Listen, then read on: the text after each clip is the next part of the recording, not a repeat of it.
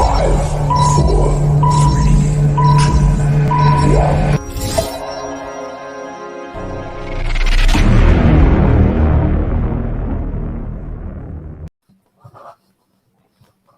what's going on, everybody? Hey, kids. Welcome to the very first episode of Let's Talk Kevin Smith. What's up, Keep guys? it going, Travis. Keep it going. This is the show where we talk Kevin Smith. This is the introduction video, so we'll be going around the panel and talking about how we got introduced to this movie maker and how he affected our lives. And then, of course, we'll be jumping on to talking about his very first movie that made him who he is today. Let's give a shout out to the people that are in the chat and who are joining us right now. We got Comics Talk Weekly. That's Phil Station, my brother. What's up, Phil? What's up, Phil?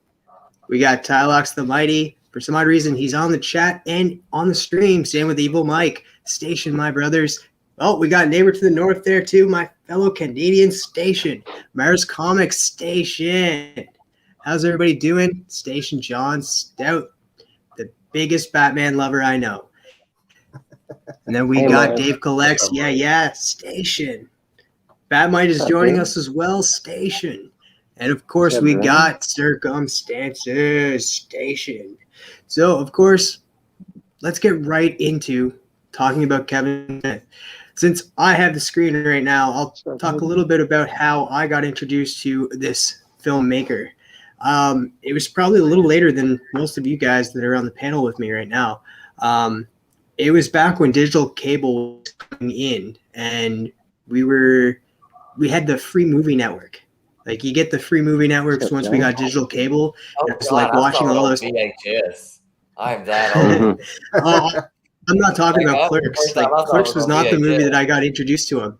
I got into it was probably one of the last movies he did before, like, even Clerks 2 was Jay and Silent Bob Strike Back. That was the first movie, and I think it was like way back in like 2003, 2002 maybe. That was such a big deal. And so we got the movie networks, and I was watching like things like 100 Girls, Bubble Boy, Donnie Darko, things like that. And then that movie came up as well. So that's the first movie I got into, and it wasn't until like my 20s I found out that like I ended up watching like the movie Mallrats and found out that, oh, those characters from this movie, and then it just widened my horizon onto like figuring out like every movie from there. And fell in love with Kevin Smith. Probably watched everything Kevin Smith has come out with, especially like his Q&As and what he does with on YouTube now. I would highly suggest watching an evening with Kevin Smith, the first one. One of the funniest things. That was me. Let's throw it on over to Neighbor to the North. How did you get introduced to Kevin Smith's work? Well, I mean, I'm a little bit older than you. So, I think I saw Mallrats first. I did not see Clerks first. So that was kind of my introduction. And, you know, I partake in at that time, you know, in that the substances that Jay and Silent Bob deal with, right? So it was just a natural fit for me to enjoy his movies and filmmaking. You know, I mean, like the comedy was just that was what the 90s comedy was. It was pretty crude and just fit with you know, Brett as a teenager. So that was it. My roommate was he was huge into the movies. We'd watch them, you know, like later into high school and into college and stuff. We would just watch them on repeat, basically, you know, every, you know, Friday or Saturday night. So that was my introduction to Kevin Smith. Nice. Let's go with you, Ragin. Oh, I'm about to probably a little bit older than him, but I did see Mallrats as well. My buddy took me to the theater. He's like, "Hey, you need to see this," and I watched it back when it was released, so a little bit older than you guys again. And I was just caught with the comedy and the comic world, and just comedy together just made me, you know, want to see him over and over. And once I seen that, I got hooked. Then I went back to watch Clerks, and then I was waiting for like Chasing Amy and all that also. So I've been watching him since the beginning. So big fan. I love his movies, and just, you know, if you just want to laugh and have fun, That's all, man, dude. How about you, Tylox? Well, on an episode of Spine Ticks, I said that I got introduced to a whole bunch of good movies and stuff by some friends of mine. We would every once in a while, like once a month, me and like at least 3 or 4 of my friends would get together at my friend's house. He had a pool, nice house, big TV, surround sound. He was like the one of us who was very privileged, and but he was a cool guy, and we would go to the local video store and rent a movie and get a whole bunch of pizza from the local pizza place and go back to his house and pig out, eat popcorn, junk food, and just pig out and watch movies all night long and cut up and, get stoned and all that good stuff. So we would just watch I think the first one was like we were at the store the second time we hung out. And they was like, have you seen Clerks? And I was like, what's Clerks? And they were like, oh, we're getting this one. And so like we grabbed it, we went home and we watched it. And I knew all those guys. Every single person in this movie, there's one of those people in this town in high school that I grew up. Every single one of these people. Like it's like, so I immediately got hooked on it. Saw Clerks first, and then they showed me Mallrats second that night. And then Jay and Silent Bob Strike Back came out. And ever since then, I've just watched everything he's done. And most of it's been pretty good. Evening with Kevin Smith, that was like a thing where basically he went around to 4 colleges and people just asked him questions, open mic, and he just fielded questions. And that's some of the funniest stuff I've ever heard in my entire life is the stuff that happened making these movies. And it's hilarious. It's like literally if me and my friends made movies for a living, like all kinds of stupid stuff would just happen. Yeah, I did see an Evening with Kevin Smith, and that was probably it came out a while ago. This was like back when I was 22, and then I remember watching it. And I do agree it was fun hearing him tell the stories because like if you guys know Kevin Smith, he's a storyteller and he doesn't care. Like he'll talk about his wife giving him head and in like in a hotel room and that he doesn't care. Like he's an open book. Sometimes he overspeaks, which gets him into a lot of trouble.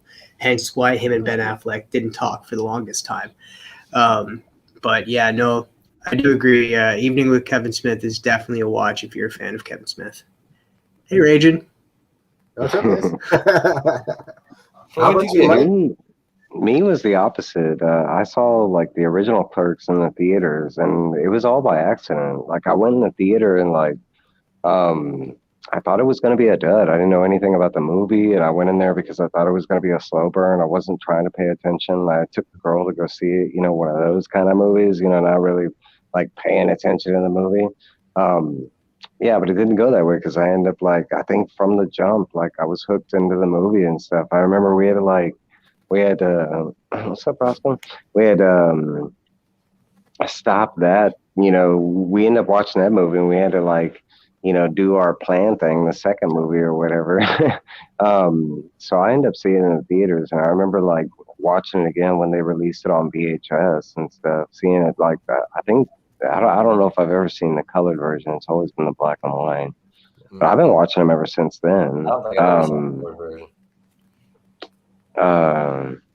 I mean, and I've seen every like I love that little universe, and that's that's not his only universe because I don't even know what he calls the other universe with Tusk and Yoga Hoosiers and Red State. I don't even think that he even classified that into a universe. Like that was just something on his own. It's something different compared to like what he has out now. And there was a colored version for Clerks.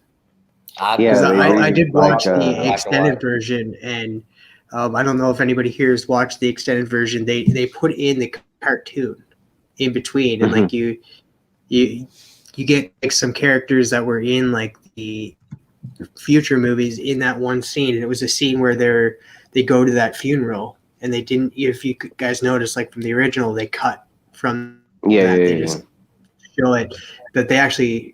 The animation is inside the movie in that, and it shows like what they did in the funeral house, and talked a little bit, and then they go into detail of like her doing mid backstroke and dying. Yeah. So. Like how he knocked over the casket or whatever. What's the extras? Oh my god! I told you, Randall is the glue that holds that movie together. He is the whole protagonist. He's the protagonist of the whole movie without being the protagonist on purpose. And it's funny too because that like Kevin Smith was going to play that role for the longest time. That was the role Yeah, I Kevin was remember going to play, and then he was just like, you know what? No, that's too much dialogue. And like, I'll just be somebody else. And like somebody else was supposed to play Silent Bob, and he's like, no, I'm going to play him because I want to at least be in the movie. Mosier was supposed to play Silent Bob. He was supposed to be Dante, right? Or no, he based the character off of Dante. Scott Mosier that was supposed to play Silent Bob. It was some guy named Mike, wasn't it? I thought it was. I think he said it was Scott Mosier was originally supposed to play, but Scott really didn't want to be in the movie. That's why he got the role with no lines, where he just had to stand there except the very Scott end. Scott Mosier was in there twice. Yeah, he was Snowball. He's got some good lines. Yeah, man. he was Snowball. That's right. He was Snowball. And he was the guy up on the ladder that decided that was going up against Dante.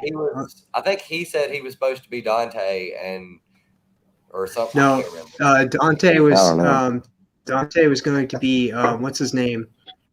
Somebody else, but the guy that was supposed to be Dante became Rick Darris, the guy that came in and was just like, yeah, it's very fresh in my mind right now.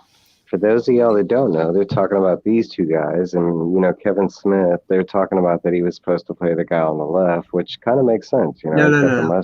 Kevin Smith was supposed to play Randall. Randall? See, I always heard it the other way. No, it was Randall. Even though Dante was kind of like made to be like Kevin Smith, he wanted to play Randall. And like, I think it would have been he based the character of Dante off of his own experience at the Quick Stop, right? I could hear Kevin Smith saying, "I'm not even supposed to be here today." Yeah, he wanted to play Randall, which it was like more like Brian, more like Brian, and that like who would actually spit water at your face. I can tell you one thing, like going back to it, I remember watching the original movie and like getting to Silent Bob's character because I didn't know anything about it. It wasn't like I knew it was like a Kevin Smith movie and Silent Bob was Kevin Smith. I don't even think I found that out until maybe around Chasing Amy or something like that, until I associated with the two characters.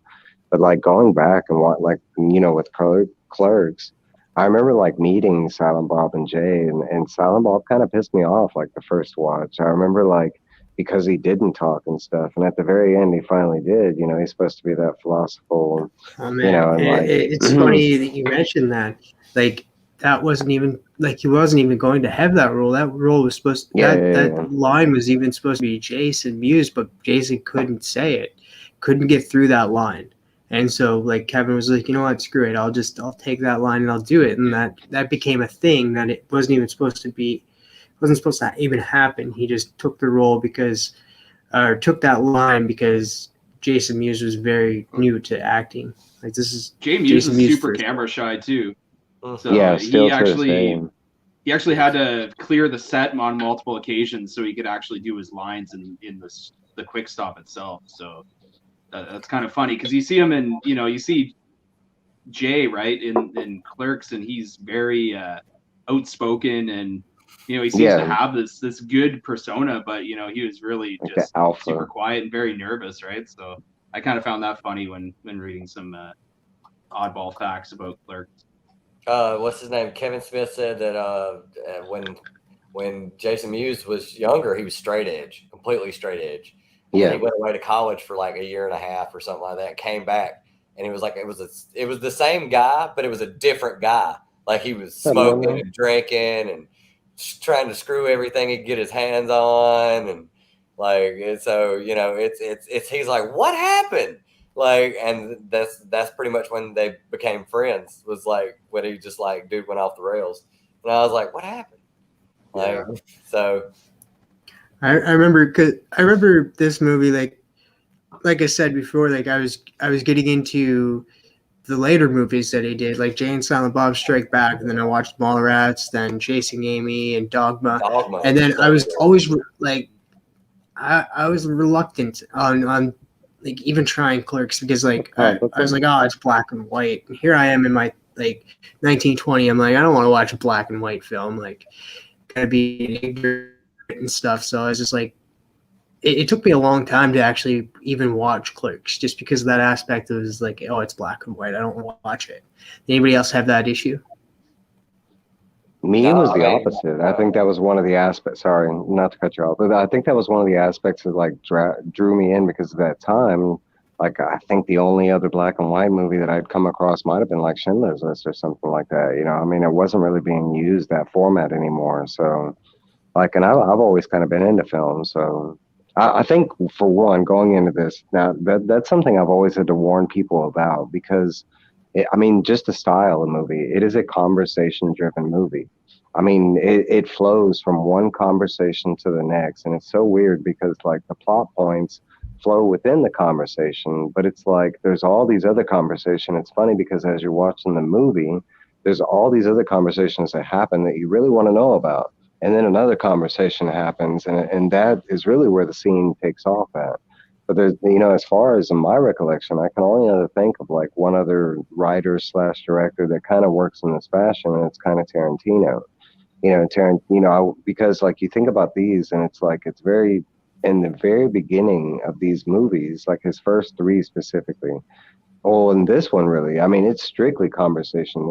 There's only one action scene in the whole movie, and that's like the hockey scene. Mm-hmm. Other than that, like the whole movie is like conversation to conversation to conversation. Yeah, that's pretty standard with most Kevin Smith movies. It's all Mhm. He said very that himself. dialogue That's how he driven, writes. right? He writes dialogue. That's all he Yeah, does. definitely. I mean, it comes off as like, dick and fart jokes, but there is definitely a lot of deeper meanings within Oh yeah. like the independent contractors with the Death Star. I think is one of my favorites. Oh my God! Just conversations you would have with your friends that you would never expect to see. That's like me, like 10 beers deep. At the bar, I can barely stand, but I'm I want to know what those contractors were thinking. Why did they make those choices? Why did they support the Empire? How much money? I mean, money, man. yeah. Right?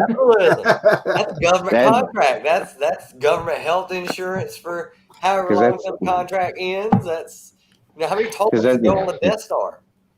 Thousands, right? Like you're gonna be doing that for 6 months to 2 years. Like I don't know. I'd be like, you know what? I could stretch this out 3 or 4 years. Just like the cost of my life is worth it. Maybe not. Like there's a potential that I won't even get the money because I'll die. So it happens to 2 of them. But Travis, that makes you the contract that they're denied.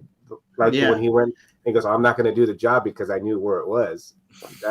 And then I become the contractor for the rebellion, and now I'm on the side of good. Yeah.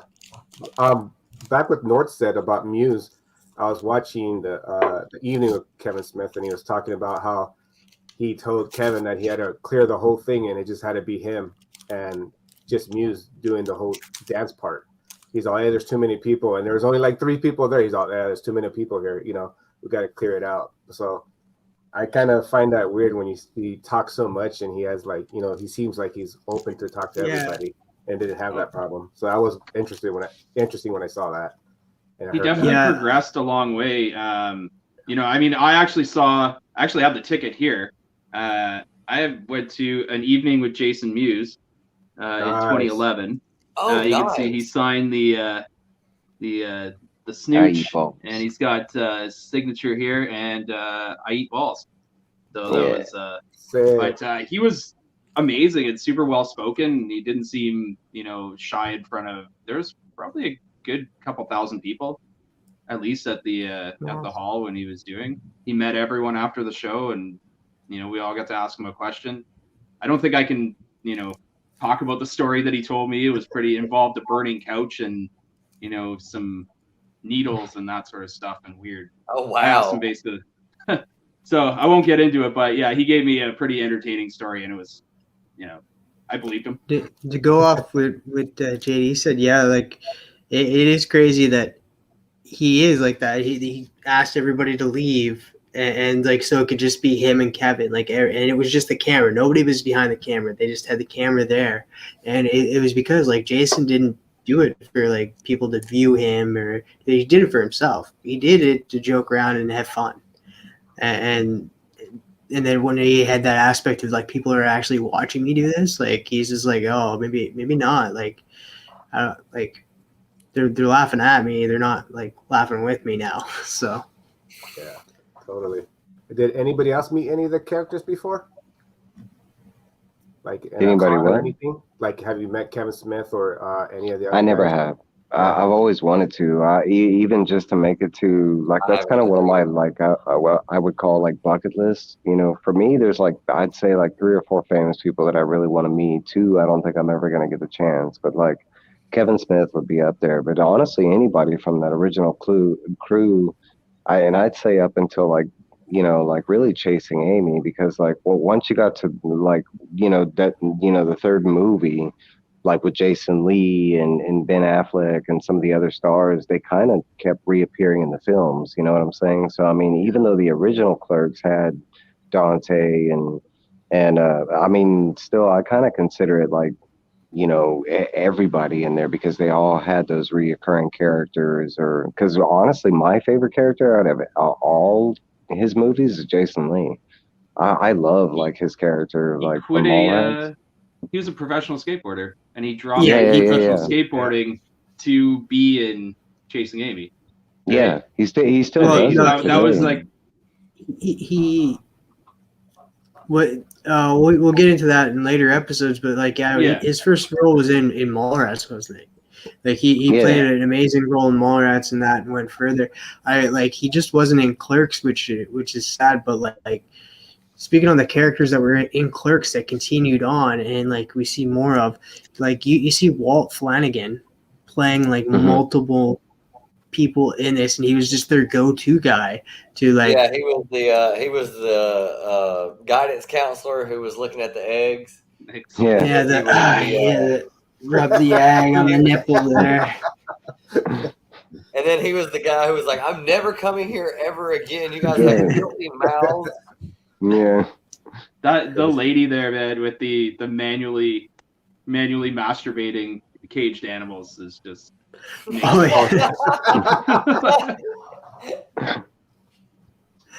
yeah. It's just like that's why I have purpose now.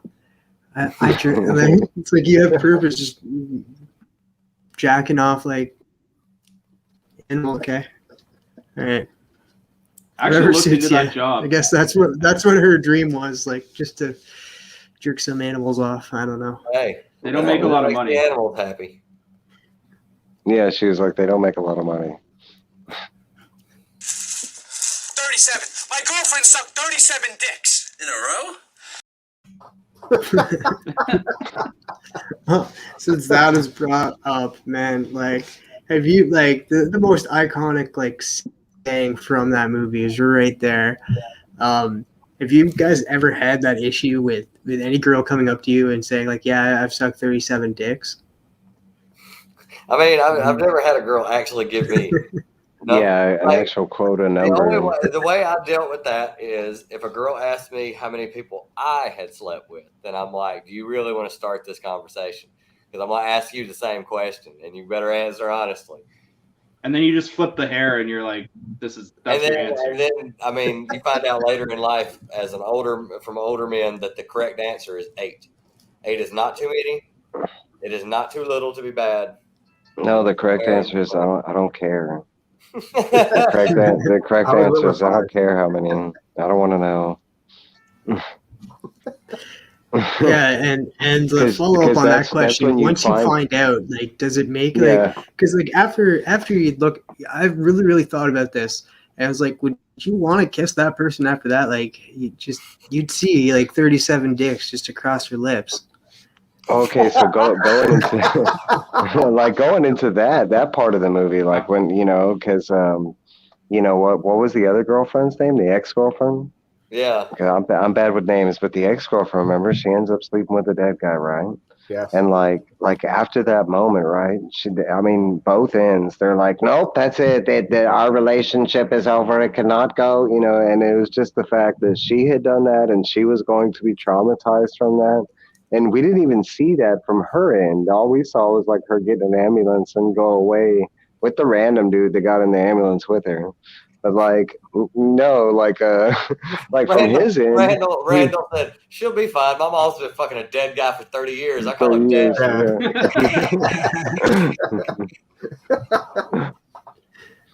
Oh man. Oh my god. There's too many I've always movies there. Spots in that movie. There's like so many. It's like line after line. It was so hard because I mean I have favorite lines. Like that was one of mine because that whole scene right there. I mean I could have clipped that whole like 10-minute scene that goes into it because it was just. And honestly, it's the long con because that whole like there's 2 long cons throughout the whole movie, and the 37 dicks is one of them, and then the other one is the and well excuse me sonny, like like that's how it starts out, but I mean like the end game and everything that goes on between it and everything. It's so brilliant. Like that's one of my favorite parts is that, hey, Sonny boy, can I use your bathroom? I really gotta go. You got any toilet paper? What kind of toilet paper you got? Coming back over and over and over again. I need something to read. Well, I think the guy that that's something that really resonated. The rough toilet paper or the soft toilet paper. I don't know the really rough toilet resonated paper. with It's just me. like, oh, that's going to be some hard on no hemorrhoids. Yeah, you think I can grab a roll of the soft? Well, Right. fine, just leave me alone.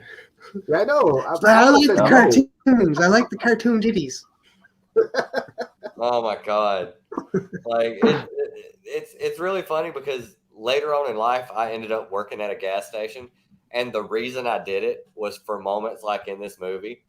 So like I was like, if I do it, stuff like this will happen. This is what this job is like. And there were moments where I'm just like, I can't believe this is going on in the store right now. Like I've seen fights in the parking lot. The greatest thing I ever seen was a girl snatch a dude's pants out from underneath him. And then when they got down to his ankles, she just snatched them out from underneath him, and he was completely incapacitated. Like he was just on his back, just like couldn't. He was like, "Oh my god! Like how did this go horribly wrong?" I was like, "You have no pants on, and you're getting beat up by a girl." Like,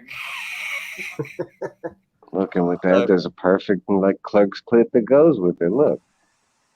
Are either one of these any good? Sir? What? Are either one of these any good? I don't watch movies. That hits perfect if you're a clerk. Like if Right. you ever worked as a clerk, or the other part where they go, do you have to drink this coffee hot? Like, well, it's coffee. Just like It's coffee. what? No ice? You mean I have to drink the coffee hot? Like, And how much is this? And the price is right there. Come on, that's what makes it more funny. That's what. like the best part about that scene was she said, "Do you know?" And like she was like, she said in the clip, they say so much about these movies, but they never say if they're any good. Ain't good. Well, if it's the movie that I put out, I'm gonna say it's good, but you might think it's shit. Like that doesn't mean anything. If somebody says whether it's good on the box, it doesn't matter. Read the synopsis. If it interests you, get it. If it doesn't, don't get it. Like, But that even goes into like the detail of the scene, because if you remember VHS tapes, they all say like it's stunning, exhilarating. Yeah, like such and such film Entertainment festival Weekly gave it says it's hot. No, you always get that whole excited scene, like like the callbacks and stuff. They're just like coming soon to a film. You're just like, yeah, what is this? like, thank you for calling Movie Phone. And Oh I my did see God. a question if we ever visited the secret stash. I think it was Roscoe. Roscoe. Yeah. Yeah, I'm working. He said he I'm sent working you on some photos now. pictures, People are sending Tylox. photos, and I'm working on. I'm about to upload them. It's about to happen. All right. Now, Give me a minute. I remember talking I to Roscoe about his Is that what visit that to is? the comic Hold on, or hold the on. secret stash. It was like, oh, nice, nice. And in the back it says just because the man reads comics, he can't. he visited the old one. They just revamped the new one, didn't they? They moved. Yeah, they just did it about a month ago. Yeah, Yeah, it was. They added one, right? but they No, closed they the old didn't add one. They moved. a brand new one. Mm. Yeah, I saw the YouTube clip on it where he was showing the progress, and it looks amazing. I really want to go. Yeah, the guy that played Rick Darris, the guy that was supposed to play Dante. That's the guy that's showing it around and stuff. That's yeah. We saw the same thing. Well, like I have my little thing that, like, neighbor to the north is I met Kevin Smith. Nice. Oh, that's dope. I know you probably can't see with the glare. Yeah, you can. Oh, okay. I met him at a Comic-Con. Me and my buddy, he was walking by and going to his little booth, and they didn't recognize him. And then we turned around. We're all, is that Kevin Smith? And then we walked up to him, and we're all, hey, Kevin. And he's all, hey, what's up, guys? And he's all, can you autograph a couple of figures or a movie poster or anything? He's all, yeah, for sure. And then we're just chatting with him, which I think he's a sweetheart. He'll talk to you and just tell you anything. And I enjoyed my first meeting with him, so I had a blast. And then next thing you know, people started recognizing, oh, it's Kevin Smith. And then we accidentally made a line for him, and he's all, oh, thanks, Dix. Look what you did. We turned around, there was like 30 people behind us.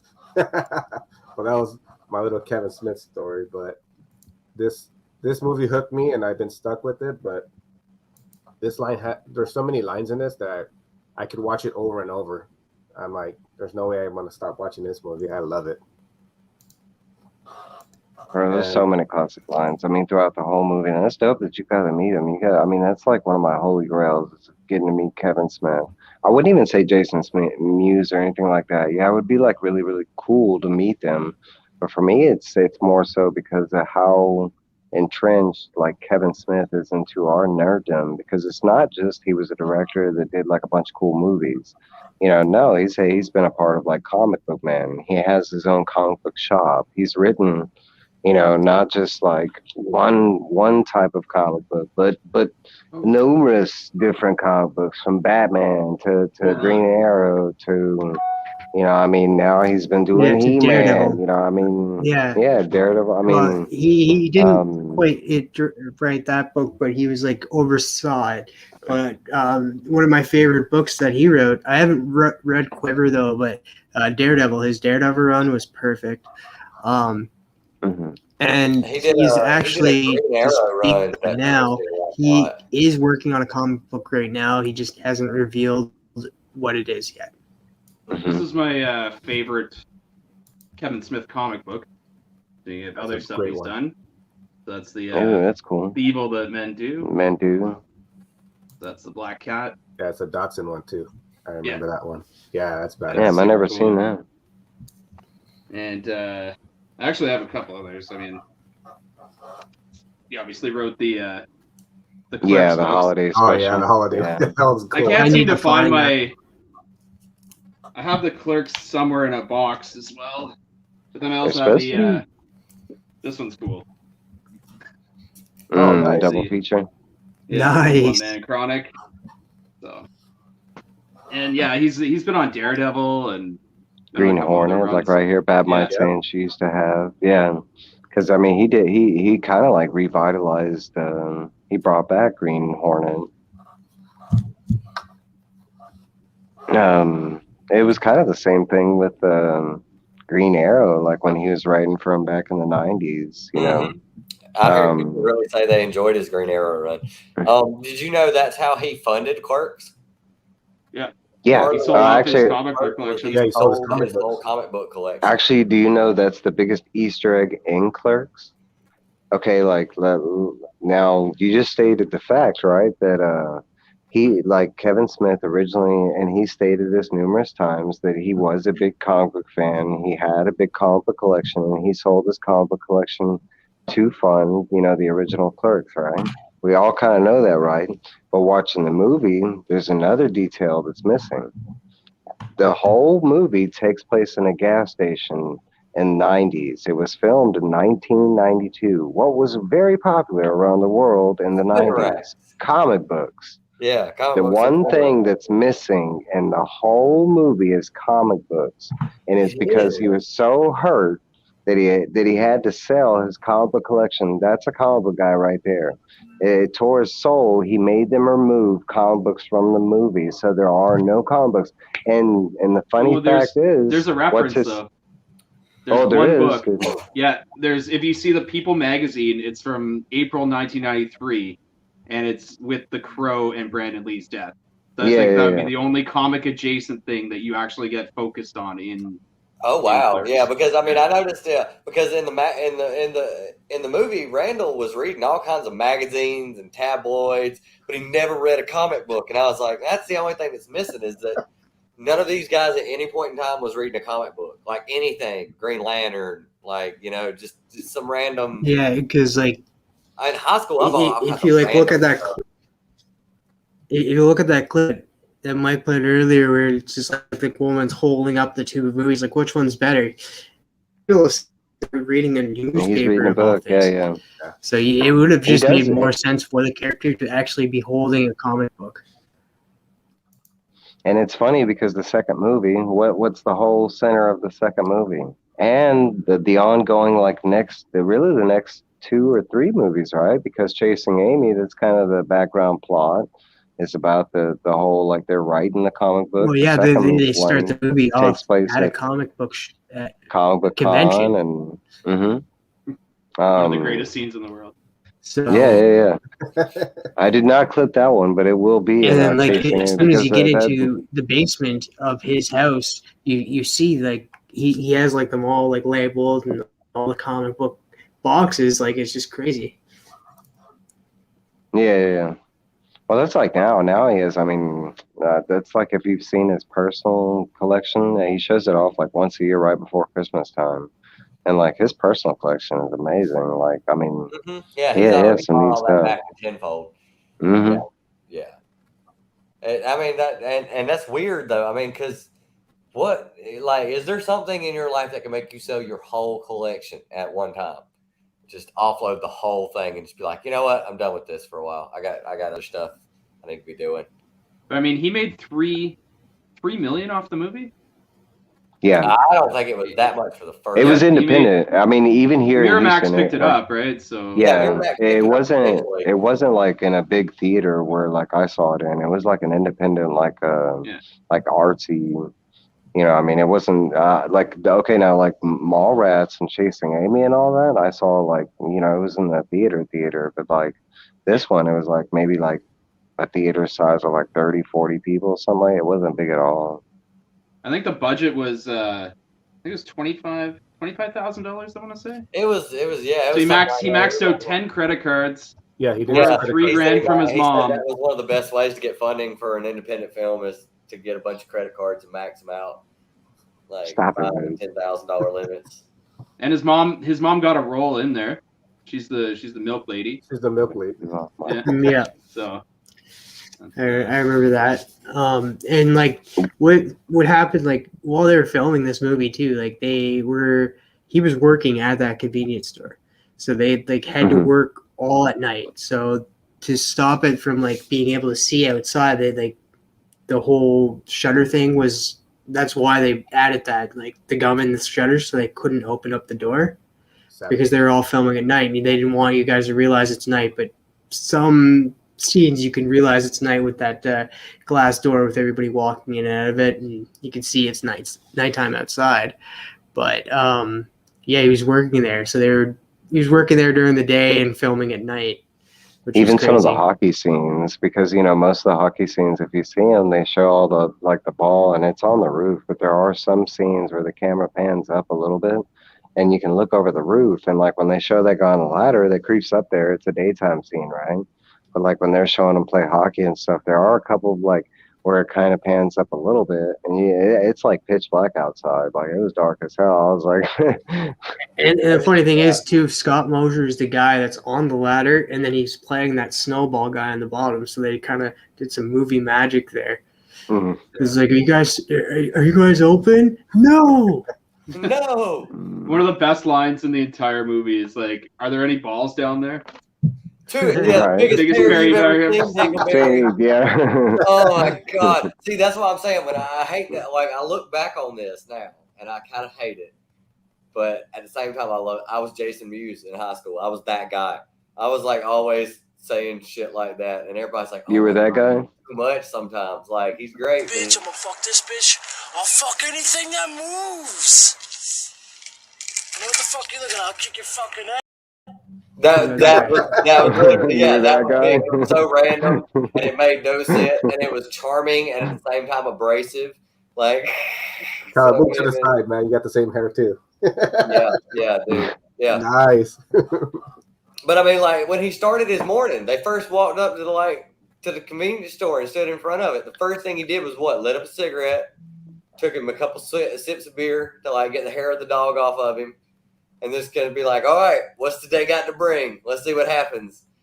It's like, you know, I mean, You wish it was. It's not beer, and they walk up, and he puts the pack of cigarettes on the ground, and then he cracks open. It's like a Sprite or Sprite or something, you know. that Kevin Smith is drinking, and he grabs it from Kevin Smith. He takes a swig and he like spits it out.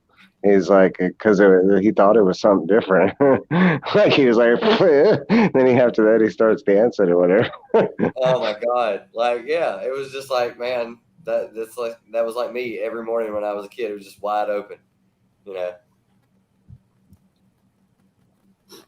Yeah, but going also with Travis on the night ones is when they're dancing, it's all dark, so you don't get a clear Yeah. shot. So that's another indication that it was all filmed after dark. But Well, I mean, it's kind of like one of those fleeting things, right? You kind of like, I guess it's maybe I don't know why if anybody does, maybe let's hear that story, but like why he originally did it in black and white. I mean, to me, it just logically, if they were filming at night, the way to mask that, and kind of back then with that technology, would have been easily done in black and white. Because as you watch the movie, there's a bunch of scenes where it does look like it's nighttime, but because it's shot in black and white, you kind of like, okay, it's daytime, kind of thing. But I think don't. it It's was cheaper, all- man. Yeah, It's it's all cheaper about the money. to edit color, man. Mm. Like in black Yeah, and white, you right? To gotta edit the think lighting the and movie everything. I thought. This movie was probably shot in like 91, so they were still No, cheapest way. this was like 93. 93. Yeah. 93, yeah. The cheapest way everybody was doing digital, so tape was probably cheap, like cheap black and white tape. Just back, We weren't digital then yet. Not yet. yeah, It was 93? I still Yeah. had dial-up internet, man. Yeah, Yeah. I think Like, we had we didn't really get like high speed internet until like early 2000s, like maybe I was about to say, 19. yeah, I had high speed in like early 2000s, and now that's not high speed. That's not even close. Yeah. I want to say like 95, we were like AOL days, like with the disc in the mail. And The disc in the mail was and free so, out. I Collecting mean, all like, the free ones, right? yeah, so Pretty good. let's just paint the picture of the My time best frame, friend's like, dad worked for some kind of company, and he got cases of those. Every time we'd come over to the house, he'd be like, "Here," and he just hand me 1,000 free AOL hours, and I was like, "Yay!" I had an AOL account I never had to pay for. everybody did. You got them in you found them everywhere. They're in like magazines, they're in the mail, they're everywhere. No, but I know it was shot. You can tell it's shot on a millimeter camera, because you can actually see like cigarette burns and stuff like that. But it's only on the scenes. I think it's on the 2 scenes that they cut from the movie. It's like the one scene where they're running out from the funeral, and it's like the one scene before that when they're going to the funeral. Because what we do know, that's like the lost scene or whatever. That's the scene that they took out of the movie or whatever. Because there's 2 scenes, I think, right? There's that. And there's supposed to be they were supposed to be a different ending, or Yeah, Dante Or, dies in a different yeah, ending. Yeah, it was going to be a darker show movie. Yeah, he gets Mhm. shot or something like that from a gets robber. shot. A robber comes Yeah. in and he gets. Not even Yeah. supposed to be here today, and then he dies. Yeah, because it was supposed to. It was because there is like droplets of that joke, or that ending in the movie, and that's that that one scene with his girlfriend, and they have the change on the counter, and it says like, take the exact change or whatever, and she makes that comment while they're on the floor, like, how do you know they're going to take the right change, or how do you know like someone's just not going to come in and take the money or whatever? And he was like, nobody's coming in at this time or something like that. But there was like a couple different like lines in the movie where it felt like that's kind of like it could have happened type thing. Yeah. Yeah, and he also has the epiphany about, with the comment about the girl and making lasagna, right? Like he has the epiphany between the two women. It's kind of like that kind of maybe alludes to like he's on his last day. Sometimes people get that way if you're something bad's gonna happen. Like, oh my god, I completely figured it out, and then car wreck. Yeah. So like, sad to say, if anybody has an epiphany out there, like you're gonna die soon. Sorry. Yeah. But so don't have any. Or watch out when you do. Get ready. Start writing down stuff. But he did like put aspects of like some of his real life into this movie as well. Like the whole point where like they're on the floor. It's like, I really just wish you would go back to school. It was like that was like part of like people telling him at that time to go back to school and do this and finish that and stuff. So he kind of put like some of his actual life into Dante. And he went to school in Vancouver. Yeah, that's where he met Moser. And I guess they had a pact between the two of them that whoever would direct a movie, the other one would produce, and vice versa. So but whoever did it first, the other person would produce. Would be on the project. That he just happened to finish his script and sell his collection and do the whole credit card scam thing, and make and make a movie out of it first. And that was literally it. But Scott ended up being, what was it? He said something about he said on an evening with Kevin Smith, the first time they made a movie, it was like they were broke and they were doing it. And the second time they did it, Kevin turned down more money than they were trying to give him because he said, "Oh, I don't need to owe you that much money." And so the whole thing had to be done. I think Mallrats had to be done on a shoestring budget. Yeah, it almost killed Scott, man. And the second one, I think it was like he didn't want the sponsors. Like unlimited funds. And so he would come up to Moser and be like, "Hey, we've got a problem." And Moser would be like, "All right, that's fine. We'll just throw some fucking money at it." And he just starts doing like that, like he's throwing big like handfuls of money at things. And he's like, "We'll just throw money at problems till they go away." Hey, shout out to Tim, fellow Canadian. Yeah. What's up, Tim? Yeah, and Scott. Yeah, Scott is Canadian. Scott Moser is Canadian in that. And since that day, he's been producing every single one of Kevin's movies. They've been lifelong friends. He's really into conversion bands. Yeah. What would you guys consider your favorite part of the movie? Is there anything that you guys like the most? Oh God, the part where he the part where he says something about my girlfriend sucked 37 dicks and the guy's like in a row, and then he walks out the door and he's like, try not to suck any dick on the way to the parking lot. And the guy bolts it out. He's like, "Hey, you get back here." That's one of my favorite. Dude, I laughed so hard. Like, that's one of the funniest things I've ever seen. All right, so I got that one. 37. My girlfriend sucked 37 dicks in a row. Like, I mean, that's In a row? like that quick little In a row? little remarks and stuff. I love that. The Gatorade bit where he's like, "Hey, do me a favor and go get me a Gatorade." And he walks back there. He's like, "No Gatorade back here." He's like, "Exactly. They took it all, you asshole." Like, Drank it all. I'll watch what he's gonna sing and watch. It's too funny. My love for you is like a truck berserker. Would you like some? making fuck berserker. That's my part. Like, oh my god! Did he just say making fuck? Whose favorite part Yeah, is that? making fuck love. Yeah. That was Neighbors and JD's. Yeah, I love that and part. Scott's line where it's just like, "That's beautiful, man." Like Yeah. second cut, That's it's just like cracks me up every time. So, fun fact about that character right there, that's actually Walt Flanagan was supposed to be that role because they used to put a wig on him and go through the mall and just say like, "Oh, that's that's my cousin. It's my And that cousin, he's from yeah. Russia. They'd actually do that. And he's supposed to play that role, but he couldn't. He didn't want to do that singing part, so they got somebody else to do it. Yeah. As much as Walt Flanagan played in this movie, that was the one That was role where he he was drew the supposed to line. play, but he didn't. And he didn't do it. And yeah, that's where he was like, he didn't want to do it on camera. I remember that scene. He's talked about it like he talked about it on Comic Book Man. I think he was talking like that one, like he did not want to sing that part on camera, and he was like, not. Tylox, Well, are there any metal covers of Berserker? There's a band called Berserker, and it's based Yeah, on there's a band. that guy. Nice. Yeah, it's out there. There's a band called Berserker, and it's based off that guy. And I mean, he does that song and a few others. They're exactly like that. It's the greatest thing you've ever heard. It's like Pantera if they were Russian. Sweet. Girls Is think basically what sexy. it sounds like. It's like Pantera went to Russia. Some like guys who played saw Pantera in Russia and were like, "We're gonna sound like that," and that's what they did. That's what it sounds like. It's great. I love it. So, Mike, what would be your favorite part of the movie? Yeah, Mike. It's like a toss-up because I do that. That's one of my favorite lines. That was like the first clip I made was at 37 Dicks. I love that whole scene. But honestly, and I was trying to make the clip before, but the other scene with the necrophiliac, like how she walks in and like that, the whole setup of that scene is just brilliant because she walks out of that room, she closes the door, she walks over, and both Dante and what's his face are sitting there, right? And she's like, "How'd you get here so fast?" And he's like, "What are you talking about? I just got here."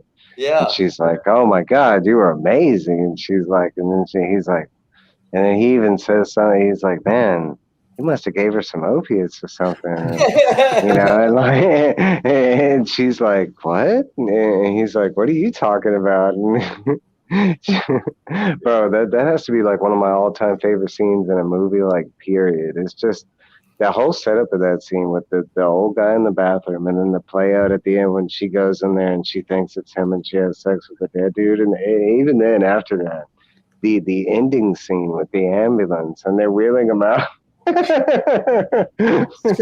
Freaking Snowball dude just walks in and jumps right on him. Oh my God. I mean, nobody noticed anything. He's They all closed like- the doors and everything. He's all There's looking so at many her. little moments that he puts in, like the part where they're talking about the Death Star, and the whole time Yeah. Jay is in the back, like eating donuts and like just shoving stuff in his mouth and like putting stuff in his jacket. And I was like, dude, I know if I worked at a gas station, I know I've had a thought after like somebody's left. There's something missing. Even some Something subtleties like the out of the store. What's and it's usually But that's something like that part of that scene. My favorite part is the guy that walks up and he's like, you ever worked in like construction or a laborer?" Yeah. And and he has the other part of the other when he other hands him part his of the business story card, that he was he's like, "I missing. do construction. Here's my card." I was like, Yeah. "Oh my God, I know that guy." going back to the dead guy when she's telling the story, like, talking about it, they cut over to the cat. I don't know if you noticed that briefly. It's like a split second, and I can't remember. I think it times out well when she was like talking about like, "Oh, I just rode him or whatever, and like I did all the work or whatever," and the cat's just like looks very appalled. Okay, so that's maybe that's another topic that we need to discuss about because I think that's one of the deepest Easter eggs that I have never figured out. But like the cat, they do mention his name, but I'm bad with names. But like the cat is shown throughout the movie, and like at one point it's a store cat, at another point you see him outside, like that. It shows up throughout the movie. But what's the deal with the cat? Like, and they never I really don't know. go into He takes a shit on the cat takes a shit on the counter, right? I can tell you that part. I remember watching the interview with that part, and that they didn't let the cat shit for 2 days, and like they stopped the cat just so it would shit on command, and it didn't. They were like, How do you "Okay, we'll stop put a it cat down, from and shitting? it'll shit right away," and it didn't. Are they like plugging its butt? Like, how do you stop the cat? I don't know. I don't know. Using some I don't want to brainiac know. technology. Like, I just agreed with them because like I'm not going to go into like deep like The semantics. theorizing into it and like search the web for it and stuff. Like I don't need my search history to be like, how do you stop a cat from shitting? Like, So, Travis, how about yours? What was your favorite part?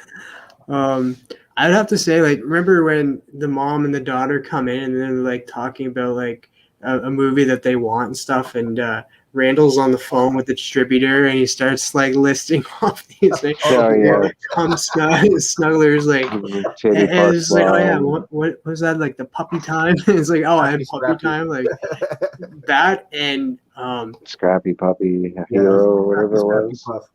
Yeah. Just seeing this part, because I just watched the movie again today. Seeing this part, it wasn't my favorite part, but like just seeing it, like, and not having that, no longer having a movie theater, or not a movie theater, but a movie place and stuff where he's at that mega movie, and he just walks in and he sees all the movies and he just And drops falls to to the his ground, knees and is just yeah. looking up. Like, I was just like, I Yeah. remember the feeling of being able, Mega like, City. around here it was Jumbo Video. I was about to say, we Mm. had one around here that was a local one called Family Video. There was two Mm. locations in the town here and then the next town. Ours was Video Joe. And I just loved it. I just loved it. It brought back memories. So I was like, now that's yeah. like, that has to be like one of my new favorite spots or parts of the movie. It would have to be Movie, that. yeah. But just because it just brought back so much memories.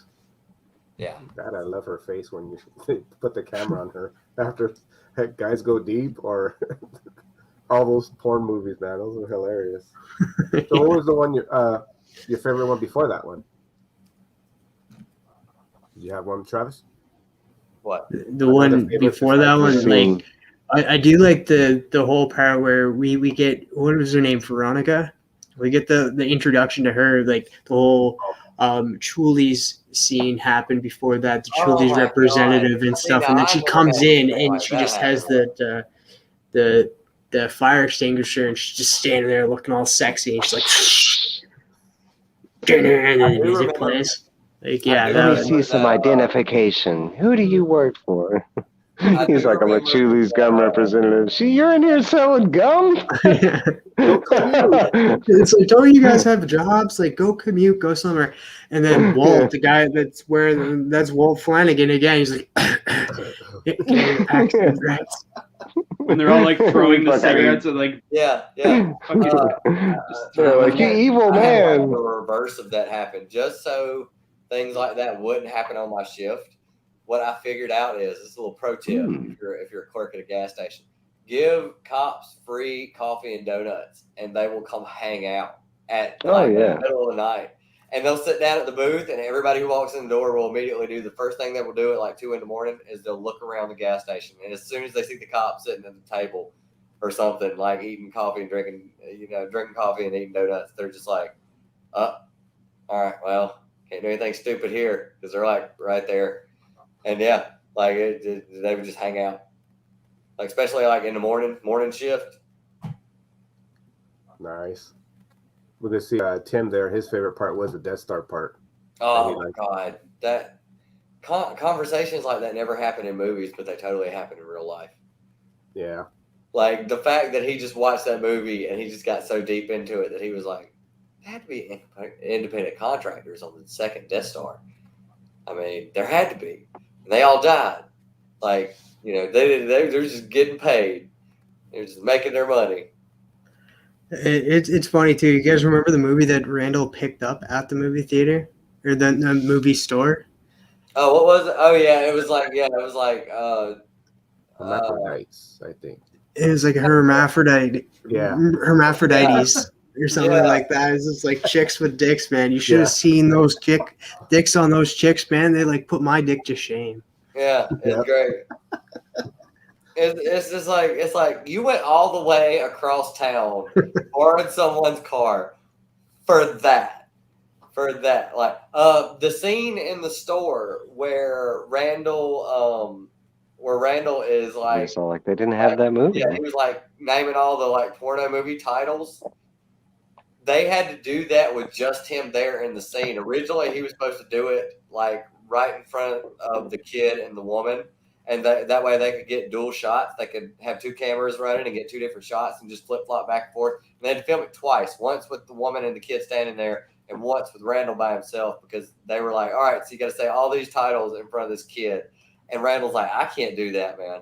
And they were like, "For real?" And he was like, "Yeah, I can't say it in front of the kid. The woman, that's fine." Yeah. Not only that, he was just like he was like, my mom's gonna watch this. Like, is there any way that we can change this? And then Kevin's like, yep. And then comes back, gives him the new script, and then he added 2 more things.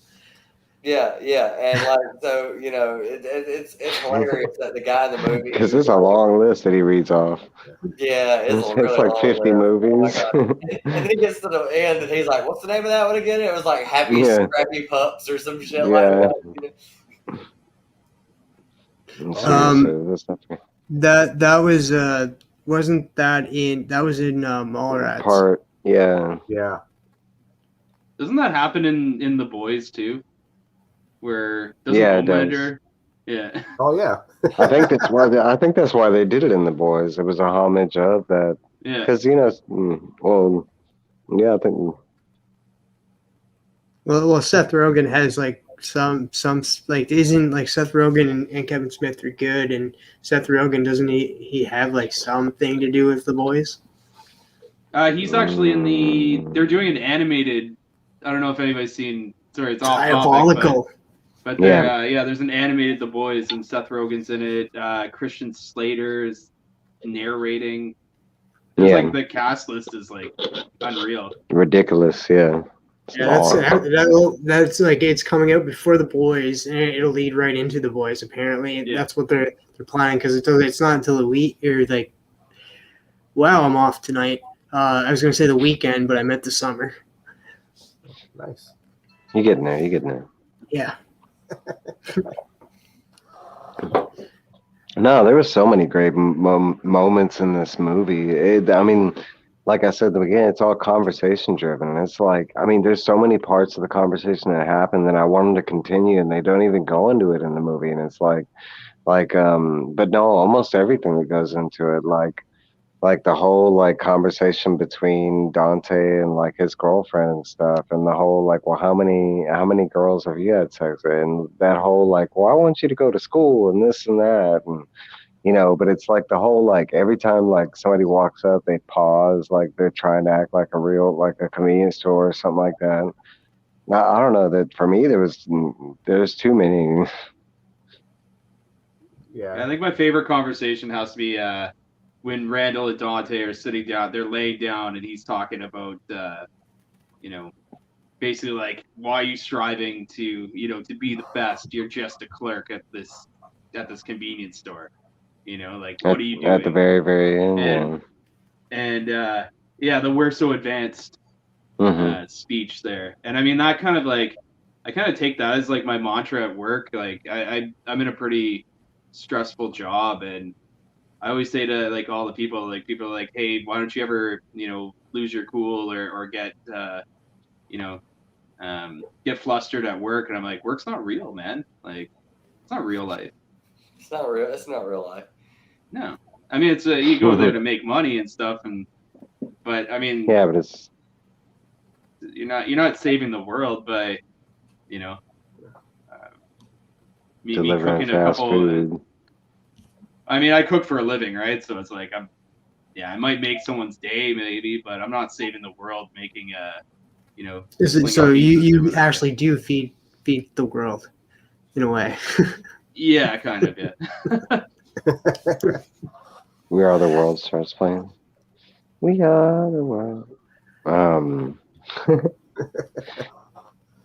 No, but like I think that whole scene sums up the whole like everything, because like you go into the movie and if you are paying attention, like you might be siding with like Dante and listening to his like, oh, I'm not even supposed to be here, and that's kind of like a lot of people around us nowadays in general. That's like they want to blame everybody kind of thing, and and it sucks that it took them to get to that situation. Well, that's the funny thing is, in the fact that this whole movie, like all the humor is completely adolescent, like dick and fart jokes, just the goofiest movie you could think of. The end message in the end is something so adult that people nowadays really don't even think about is the fact that like, you can always try and improve your station in life. If you want to strive for something better, you can always do that. Like, you don't have to just be like, oh man, like I'm not even supposed to be here today. He says it like 7 times in the movie. To be honest, he was supposed to be what, 22 years old? Yeah, in the When film. I was 22 years old, I think I just left that, like the whole fast food. I mean, not fast food, the whole gas station thing. I'd moved on to different stuff. But when I worked there, if I came in to cover for somebody else and I was like, hey, I'm gone at 12. When 12 got there, if you weren't there to cover, the door was getting locked and I was going home. I told you ahead of time. It's not. I'm not even supposed to be here today. I think it's really funny that he found out he was stuck there all day long, and he was just like, I gotta cancel hockey. I wouldn't have wanted at 22. I wouldn't have canceled nothing. I'd have been like, bye. Like, what are you gonna do? Fire me? You weren't the one who showed up to work. Like, it's not me. Like, I tried to help out. I gotta go. Like, One hindsight, like go from the ending of this movie, and it's like the the topic that it touches at the end, and how deep it gets right into Dante and like everything that he was going to. Fast forward to Clerks too, like bro, and like the irony that the status. Yeah, it didn't change. Like, if anything, it got worse, right? Because you had like 20 years onto it, and like, yeah, it has like a proverbial good ending, so to say. Like, I mean, but like status quo, not so much. I mean, they're working at like what, Moo-Moos or whatever it was, or Movies. Movies. yeah, movies. You know what Yeah, I'm saying? movies. He Like went from gas station to gas fast food. station to fast food, and then it's Yeah, brought up because in that that movie was the too. whole, like, that's why they had the ending of what it was like the whole philosophy of it was Dante dies at the end. Like, might as well change your station instead of complaining, saying, I'm not supposed to be here today. Do something about it before it's too late. Bang, you're dead. Yeah. And then that was the whole premise of the whole movie, and that Well, do something and the before it irony that ends. he's not supposed to even be here today, right? Yeah. Mhm. That happened in my town. Well, like the next town over from here, there was a call where a guy was flipping out. He was barricaded in his house, and they like knew he had a firearm, so they called a guy in on his day off. He gets there, gets out of the car, and he's like, "What's going on?" And the dude shot him from his house in the throat with a rifle and killed him instantly. And he wasn't even supposed to be there that day. And I was just like, "That's horrible." That'd be like me covering a shift at the gas station. Somebody comes in, and I end up dying because of it. I wasn't even supposed to be there that day. But that's the other part where, like you were saying earlier, you would have left if you had a hockey game. He couldn't, yeah.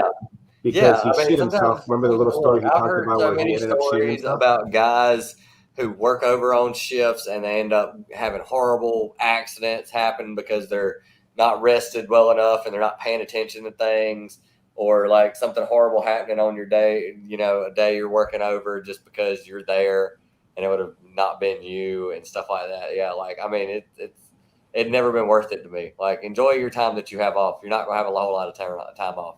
Yeah. You know? What were you Other saying, than- JD? Well, I think Dante had that problem Sorry. where he, No, where go he ahead, was- and then he we'll shit get to himself. Like, he wouldn't leave. Even the owner knew he was not going to leave because he's the type of person that wouldn't yeah. do it. So then when you go to Clerks 2, you could say he's the same person. He would never change it. That's just the person he became when he was a kid. His mom told him, pick it up and take a shit in there, but he couldn't. He just shitted himself. So he Shit it in his and Oh, yeah. So he's the person that wouldn't, make that extra effort. He just comfortable. That's what he was. and he'd been that way ever since his kid. Yeah. I mean, that was the whole point of him bringing up that topic, because there are people that are like that. And I mean, it's sad to say that it's so easily said that yes, that it is the possibility that you can change and this and that, but I mean, versus the actions and the doing, that's a different story. And what were you saying, neighbor? Oh, I was just gonna, Tim put down in the chat there that he was a clerk for 2 months of his life, and we know that Tylox worked at a gas station. Has anybody else on the panel here ever worked in retail? I mean, for me, I've only worked. I work with the public, but in a sense, but I've only ever worked retail at the at the wine shop that's attached to the restaurant. I was about to say Off-season, I've done right? gas station, I've done fast food, I've done grocery store, I've done distribution centers. Like that's as far as like retail goes, that's probably the biggest thing I've ever done, and that's the best bang for your buck. You get paid a whole lot more money to work for the same company, but you don't have to really deal with the people. You just have to deal with the volume. So. Hmm. I've Like done you're retail. I've done retail and like hotel restaurant management as far as like fast food and restaurant and stuff like that. And like in both, I've worked probably every position you can imagine, all the way from like the lowest all the way to store manager. But like I did 10 years like fast food and restaurants, and I did 10 years like retail. And then like both times I was like, okay, that's enough of that. But like, I mean, I worked for the Big W for like 10 years straight, where I started out as like a car pusher or something like that. And, I I didn't, started out in receiving and ended up at a distribution center. no, I Yeah, worked all the way and made it up as a co-manager. And then, like, I mean, it's just like the higher you go, the more stress it is, that kind of stuff. I mean, like he was saying, like he didn't have dealing with like everyday, Joe. I love people. Like people will tell me like, "Oh, you're such a people person" and stuff like that. Really, I'm not. But it's like I want to be, but really, it's people. People suck. I mean, they can be rude. I mean, so I mean, it's like, I mean, I can be friendly and I can be happy with everybody, but it's like, especially when like in fast food, I can say one of the worst things, or restaurants in general. It's really hard to please everybody, especially when it comes to their food. And it's yeah. like, I don't, for one, I don't get it. If you're that picky, stay at home, bro. Learn how to cook. I like don't See get some the of the that's the reason that I don't I eat don't out get a the whole lot. point of like, if you're like, oh well, I want a cheeseburger, but I want like no onions, and I want it like medium rare, and I want it flipped to like the sun that way, and I want the seeds to fall from an eagle, and I mean, like if it's got to be like that meticulous on like your food, like man, stay at home. But it's kind of like, it's like in retail, you suffer like other problems, because it's like, like I worked like one of my favorite jobs, I'd have to say, is like I gathered like so many stories working in just customer service, like being a customer service manager and like maintaining the people that work there and all the cashiers and stuff.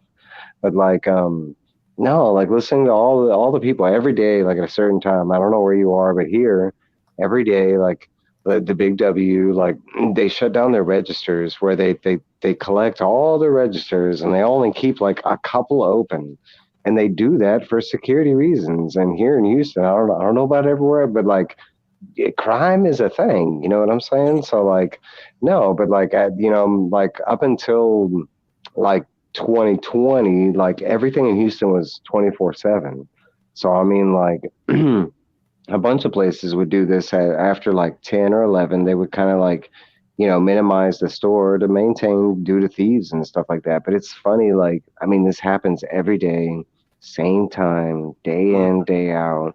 You have like customers that come in same. So it's amazing how many people come to these stores on a daily basis, and you see the same people and they act like you don't remember them. It's like, bro, but no, they'll be like, why do you only have like two registers open, but there's like 30 people working here, and it's like, first off, they're not all cashiers. Like they were, that lady doesn't know how to do all this. I don't know. But some of the stories and stuff, but it's some of the structure itself is funny. But that Yeah. gets good with the movie, because he did work there, and he put those little parts in there where the customers are asking those questions when they just don't look, or ask you about the coffee, it needs ice. Like, you're drinking hot coffee. He gives you that part where he used to work there, and he just shows you a glimpse of what a clerk goes through. So it's pretty interesting on that. I mean, I get it from the other side. I mean, servers come to me and they'll punch in their tickets, and I'll get the strangest requests, but I don't know if I could ever deal with I had to deal with a customer a couple times, going out and talking to them at the table. One was eggs. The server couldn't figure out what kind of style she wanted her eggs. The description was sunny side eggs with the yolks removed. So it looks, and I was like, okay, well, so you want just like a flat egg white omelet? And she was like, no, I want you to cook sunny side eggs and remove the yolks so it looks like eyeballs or eye sockets without eyeballs. Yeah, that's what I thought as soon as you said that. That's exactly And what I I was like, thought. Yeah, I know what that means. I'll do it. I had to fight really hard to ask if she was well. And that's why I can't do customer service. So. I Bro, can I've hear literally, you like- saying it in my head. Like I could hear you like leaned over with your hands behind your back listening to her, and you're like, Can't bear that I part. worked I worked at a fast food place. Like when I was like 16, one of the funniest things I think I ever came across. And you talk about me trying not to get pissed off, but like this guy got mad, brought me the receipt. Now I'm not the manager at the time. I'm like regularly Joe Blow that's working there or whatever. So I don't even know what the hell's going on. But he brings me this receipt saying he's complaining about something, but he's complaining about the price. And I was working at this place on the receipt. It's broken down where it's like he got all it was is like one combo. And it was like he was mad because it was like on the sign that said something, and I was like, yeah, the tax, I mean, we got tax here, you gotta pay tax, and he was like, nah, what's this price and what's that price? And like, well, what it was like at this place they put the combo and then they broke it down like, okay, your drink was that much, the burger was that much, the fries are that much, and then like you save that much with the combo deal, and he like it all, like, I mean, it was basic math. We even like he made me pull out a calculator because he didn't think it all like added up, and I was like, it was like, man, I mean, I was nice. I went and found a calculator, and I was like, like he was trying to fight the receipt. Like, come on, man. Just pay the bill. I didn't do this to you. What are you yelling at me for?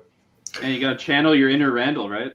Well, oh my god. Like, You just gotta smile and when Yeah. you spit the water or spit the Gatorade or whatever in the guy's face to prove that, like, your title at work doesn't dictate what you do. what was that guy talking about? I forget what he was talking about. Rebel. That means that. Oh, he was talking about the tabloids.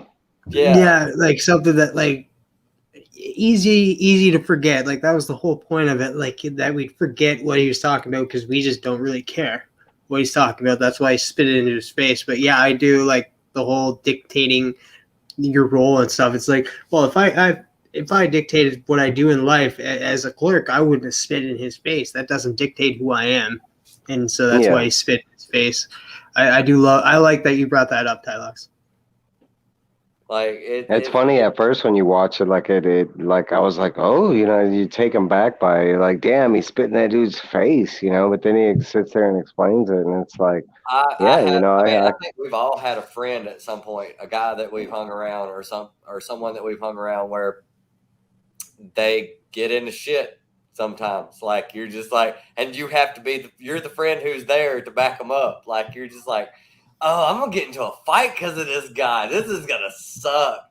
That guy is huge. Like it's gonna be 2-on-1, and we're still gonna get murdered. Well, like, you think about how bad Randall is. Like for him, considering that in this movie, Brian. Dante gets a $500 fine because Station Ignacio. Randall sells a pack of cigarettes to a 4-year-old. Yeah. I didn't understand either. I would have still been mad. Like if he would have been like, if I would have seen him later, I'd have been like, $500? Like he'd been like, what? Like I wouldn't have been like, I got a date. I don't even care about $500. I'm like, no, it's $500, especially in 1993. Inflation, man. Come on, that's got to be like $1,200 now. Yeah, it's like $1,200. I mean, in Canadian, that's like $500,000. I'm thinking it's like it might be like 1,200 American, 1,500 Canadian. It might for real be that number. Like it's a lot of money, and I don't think I've ever been to the point where I'm just like $500. Right here, Tim was saying one of the funniest things about Clerks that flew under the radar was a huge sign out front that says, "We assure you we're open." He writes it in the very beginning with the shoe polish, right? Oh my God. And people walk throughout the movie and they're like, "Are you open?" There's a bunch of savages in this town. Like, yeah, a bunch of savages. That's true. Well, they touch on it like throughout the movie, like the whole, like because like I said at the beginning, like it was all because they needed to get the blinds shut so it didn't look like it was dark outside. Yeah. And Yeah. did not have to worry about it. But they played on that throughout the whole movie, like you said, Mike. Like, hey, are you open? Like, Hmm. just asking. And like, there was a scene where Dante and her were standing side by side, and there's like, oh, like they still haven't fixed the shutters. Oh, they'll be coming in tomorrow and that to fix them. And that, so they did play on that like throughout the whole movie, which was great. No, okay, so there's another scene we haven't talked about, and it's one of the funnier scenes, but it's really like two jokes into one because they're on top of the roof playing hockey, right? And then there's Yeah. like the customers that start piling up down below, right? And they're all banging on the door, right? Okay, so like what happens is that guy starts looking around and they all look up there and they're like, oh, they're playing hockey, right? And so they're like, so they all start like finding out when the store is going to open because it says it's going to open something about like after first period, right? And like they're like, well, when is first period? How long have I been playing? And he's like, oh, it's 8 minutes. We got 12 minutes to go, or something like that. And the guy's like, oh, come on, like, and then like if you listen to the guys down below, they all start like they start murmuring about the game that's going on upstairs. Like it almost sounds like they're taking bets or something like that. But like, and then okay, then it leads into the other scene with the guy like crawling up the ladder, and he's all like, talking crap to Dante, and he eventually talks, he's like, come on, man, let's play me and you one on one, let's do it. And then, like, I mean, that whole deal was just so he could knock the ball off there so they could go down there and play hockey. Like, he had no intention of, like, really. Well, I mean, Like, that's the funny part is he did that not knowing that they only had one ball. Like, that made no sense to me where they were like, it got to the part after that and it was like, we only brought one ball. And I was like, how did that guy know you only brought one ball? Anybody with any sense would have brought like they make them in 3-packs, like little tennis balls and racket balls and stuff, little 3-packs or whatever. Who wouldn't bring a okay. 3-pack? You just have one. Well, you never question it before he knocks off the ball, right? Just like the movie doesn't either. Like, did y'all bring another ball? And like everybody else in the whole movie is like, oh, another ball. You know what I mean? But like you as the viewer watching it too, it's not something that's brought up to your attention either. So it's No, that's kind of like true. that's probably what the guy was thinking was like, man, like, if they're gonna go like, I don't know. That was my thinking is like he just like purposely went up there to like, code the guy into like doing a game just so he could not. I mean, because that's straight what he did. He straight hit him in the chest. He took the ball. I'm like, bam. I like that it went straight into the gutter too, though, like to a place where they couldn't even like go down the ladder. They're like, pause. Okay, we got to go get the ball. Nope, it went down the gutter. It's gone. I think it's really weird that like because when people do stuff like that, I remember playing hockey in the street as a kid, but we just used our feet. Like we felt like it would be unfair for at least one side if somebody was wearing rollerblades. So if all of us didn't have blades or we all couldn't rollerblade, we would just play with our feet or whatever. So it just seems really like at a disadvantage to where he's just like, I'm going to be on skates and you're going to be on your feet. And I'm going to beat you at street hockey. And I'm just like, your feet would probably have better traction. Oh yeah, you can move way faster. Like he would have a lot of stability, and you would be at least a little bit off kilter, unless you're like you'd get beaten up in Canada if you were like, let's just play with our feet. Like we'll just not use rollerblades. We're like, get them. I mean, stomp on your feet. Like the only times I've tried to roller skate, I've busted my ass. So I couldn't imagine being more stable on skates than I would on my feet. But it could be. I'm not a hockey player, but I know how to skate, and that's like it's a given, especially for us in the Maritimes, right? Your neighbor. Yeah, I mean, I'm not originally from the Maritimes, but we inducted you. You're classified as that now. I mean, I grew up. You don't pick your curiosity. Where are you originally from? I'm originally from Ottawa. Yeah. From where? I'm from the capital, Ottawa. Oh, so it actually has the world's largest skating rink. Is the Rideau Canal? It's 10 kilometers of straight. It's kind of a big deal. Did you skate though? Oh yeah, I've skated since I was a kid, like really small. So, but I never played hockey. I played a lot of ball hockey, but never on rollerblades. That was just kind of like that was a no-no. You wouldn't touch rollerblade. Maybe it's a maritime thing. Maybe. I mean, I Is that- skateboarded when I was younger, so I mean, I wouldn't touch a rollerblade. If, Like you know, Phil my knows life what's depended up. on He's it. like, I saw a neighbor playing a maritime on TV once. Oh, Which shit. neighbor? Your neighbor, Phil, or this neighbor? Hmm. Is So- Phil beside me right now? Let's think about our favorite character in this movie, hold on. like of all time. God. Wait, hold on. We didn't hear from everybody. So, JD, what about you? Did you work in like in retail or hospitality or anything like that? You had to deal with customers? Yes, I actually work for Costco, and like I'm a driver, and I did Oh, part- nice. Okay. so I did both. So Mm. I've seen those. That's where I relate now even more when I watch it and I see all those customers come with those questions, and it's like it's even more hilarious because you relate to it. So I see this movie as one of my favorites because I relate to it now even more as when I was a kid when I watched this. But yeah, let's go to your favorite character. What's your favorite character out of the whole movie? Mine would have to be I don't know. It's just a character that you love, but you wouldn't want to be. He's kind of an asshole if you really think about it. But Randall is a comedic one in the movie, so he's always the easiest one that you'd want to see back. Like if they did whenever they were talking about doing Clerks 2, they almost didn't get him back because he didn't want to portray that character again. So, and like, if you think about it, if you went back to Clerks 2 and didn't have Randall in it, would it be the same?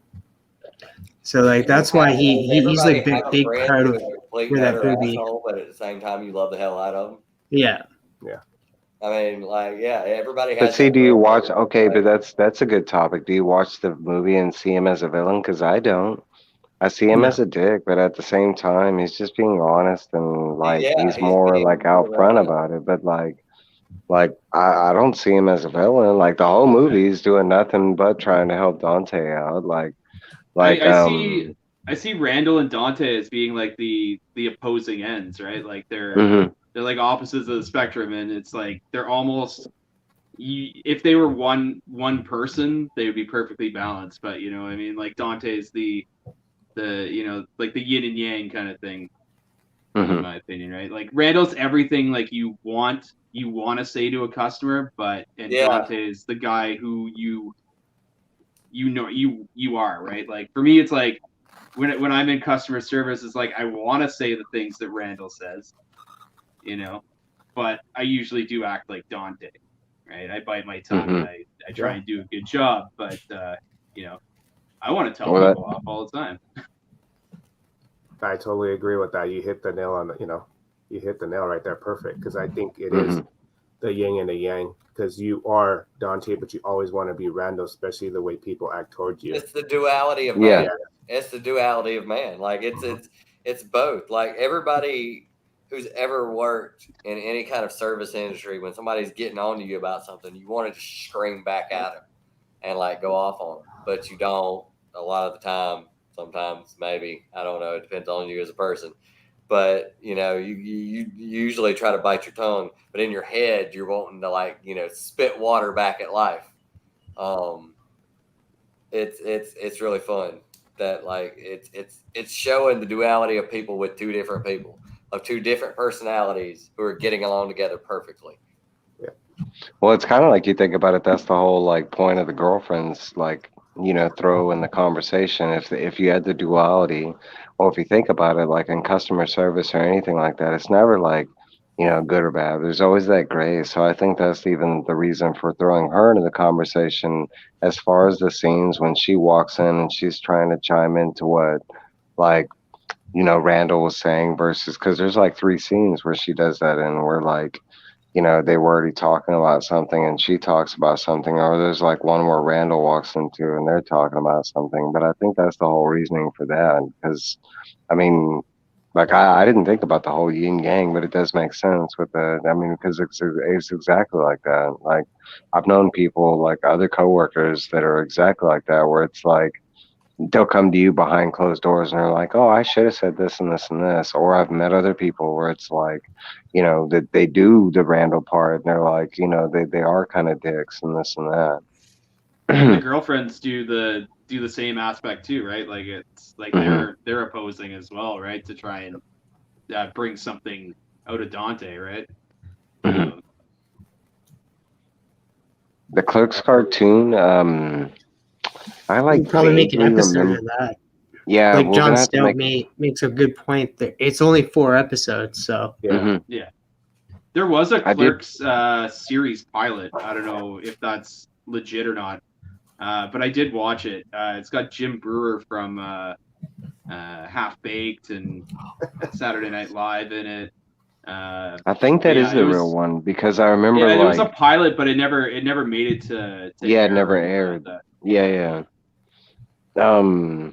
I do know I have seen the 4 episodes. I just don't remember them currently. I mean, like that's kind of like Clerks. I had seen it like back then, and I know, like I watched it when it released on like maybe VHS or DVD or whatever was like the more popular one at the time. I don't remember if we were like already full into DVD at that time, but I think- what? I think it's really weird how I was it's gonna really pull a weird. Dante. I was like, "You think?" I was all like, Just a random thought. I think it's really weird how like the first movie has like all like him and his closest friends, but then like when you get to like Mallrats, like the next movie, it's got like Matt Damon and Ben Affleck in it, and like they've There's no been Matt friends with Damon. these guys since the "Yeah, beginning. Matt Damon's not in it. Yeah, he didn't pop in." no, until it's Dawn. because it was its like first big budgeted movie. Yeah. So these were kind of actors that he didn't have a whole lot of say in bringing in.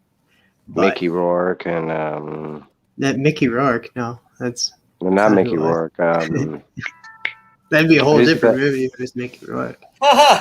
Who's the bad guy in Mallrats? What's his name? It's Michael Rooker. yeah, Michael Rooker. I'm sorry, I'm bad with Yeah. names, guys. Yeah. I was close, man. Mickey Rourke, Michael Rooker. Come on now, huh? You know, he's Zandu or Yondu. Yeah, that's what I was thinking. I was thinking Mary Poppins. I didn't want to Yeah, say it's that. like I'm Mary Poppins, I was trying to bitches. be nice.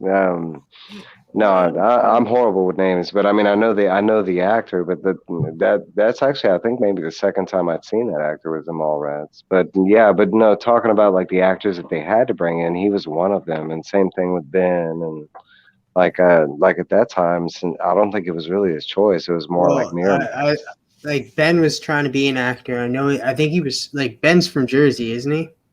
Yeah. Like, he grew up in that kind of clique, I think. But Well, him and Kevin Smith do have ties. It's not like they weren't friends in real life before then. I know because I've seen interviews and they did have like, yeah, I think it was because of Clerks is when they met. I think it was during a film festival or something like that. And after that, that's when their crews got mixed together. It was the Matt Damon and Ben Affleck and then Kevin Smith and his old crew. And I think after that point, because we all know when Seth Rogen got mixed in, that was a Zach and Mira make a porno or whatever. And yeah, we'll be getting to all of these conversations conversations in the Let's Talk About It segments. I'm super excited for like the rest of like the movies and television series that we're going to be doing from Kevin Smith going forth. yeah, like right there, he helped make Good Will Yeah. Hunting. Yeah, I remember that. He was on the set and a bunch of the behind the scenes stuff. So Yeah. Travis, on that point, dude. Bob Strike Back, where they had like Goodwill Hunting 2, Good Hunting, or something like that, and it was like applesauce bitches, and he like blew everybody away with a shotgun. Like, So on the panel, everyone, what movie are you most excited to do, or did we cover Clerks? Is that your just to Mallrats talk is about? mine. Mallrats. Mallrats and Chasing Amy. I'm going with Chasing Amy for sure. I'm going to go with Dogma. I was gonna say Dogma's my favorite. Dogma. It's so hard because I'm not saying like Dogma it's my probably favorite, Clerks. but it's probably the one that I'm most excited to do with you guys. Yeah, to talk oh about my with God. you guys. Like, it's really funny because when I was young, when I was a teenager, I knew who Selma Hayek was. I remember Once Upon a Time in Mexico and Desperado especially. That was when I was a kid. I saw Yeah, Desperado. Mariachi. What is this movie? Everything explodes and everything gets shot at. Like, this is the greatest action movie of all time. That's part 2. Oh my God. Like, and so Selma Hayek, Chris Rock. Oh my God. Which at the time he's, on top of the world. Oh man, Alanis it's going to be Morissette. so great to get into all of these movies. Well, next up will be, of course, Mallrats.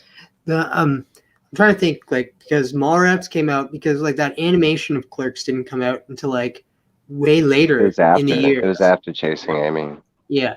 Yeah. So we probably won't be getting to that until later on. So the next one would have to be his like biggest budgeted movie that kind of actually flopped and then got a cult following like what was it, like 10, 15 years later. Are we including Jersey Girl on this? Yes, sadly. Yeah. I mean, it is part of the. It's part of the main. I enjoyed it. And I It like wasn't Jersey bad. Girl. It's Yeah, not bad. I like for, Jersey Girl. What you would consider a chick flick, Yes. whatever. It's a good movie. It's not bad. I still like it, and it's main continuity. It's one of the films. I guess U.S. Universe. The fact that Kevin Smith said that because of the movie Daredevil with Ben in it, he had to like take far less for a movie role than he normally would take because he was like, explained to him over the phone that like, I'm going to do Daredevil. And he was like, you're doing my movie. You already said you would do it. And so he was like, I tell you what, I'll be fine as long as you take a whole lot less than money. And then he was like, all right, I will. And then a second later, he like hears a pause over the phone, and Ben goes, "You haven't even wrote the script, have you?" And he was like, "No, goodbye, sucker." And he like hung up on him. Like, it's just little friend moments like that where he's just like, "He screwed me out of something." And I'm kind of okay with that. That was actually talented. That actually. What about Sweeney Todd?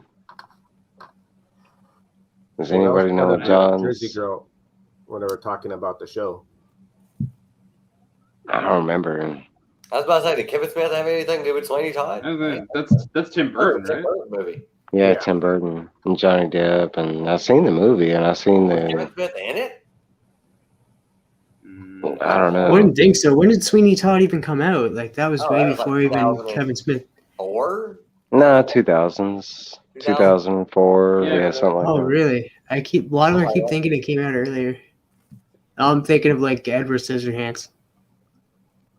I mean, there is a musical it's based off of, and that's really old. So maybe that's what he's referencing as far as like maybe Broadway or something. Because I do know that there was that time where like Kevin Smith was like, where he was getting into the Actors Guild, and he was touching base with like all different parts of Hollywood. But I don't think he ever did anything on Broadway or anything like that.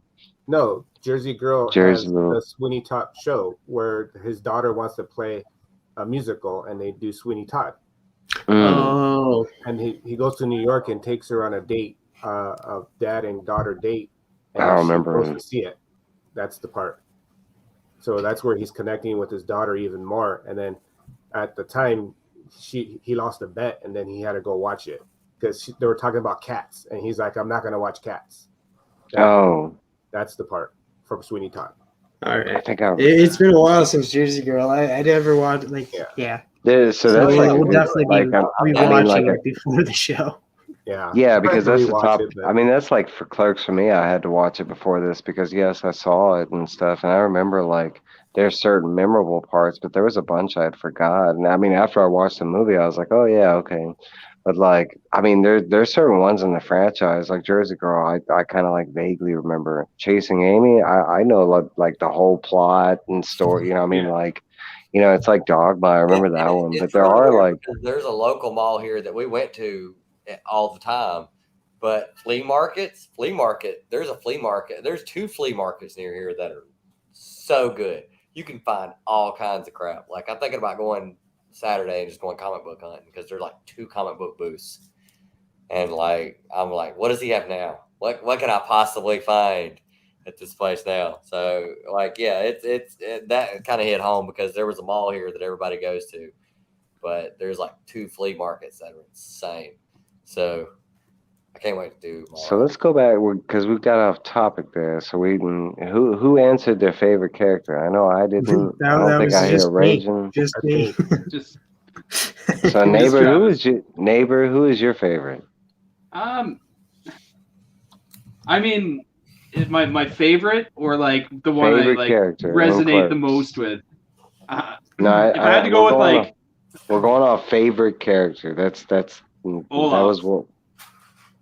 Olaf. Who's Metal. Olaf? Okay, Berserker. Berserker, man. Hold on. He's just I got like you know. he has the, you know, in my opinion, the best part in the movie. I mean, it's like, it's just stupid and fantastic.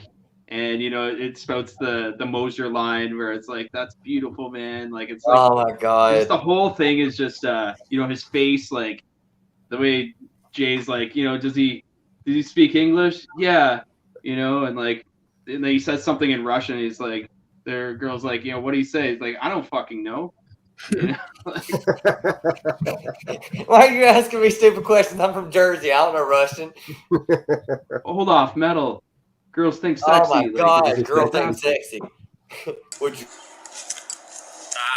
I'll watch, but he's gonna sing and watch. It's too funny. My love for you is like a truck berserker. Would you like some? Making fuck berserker.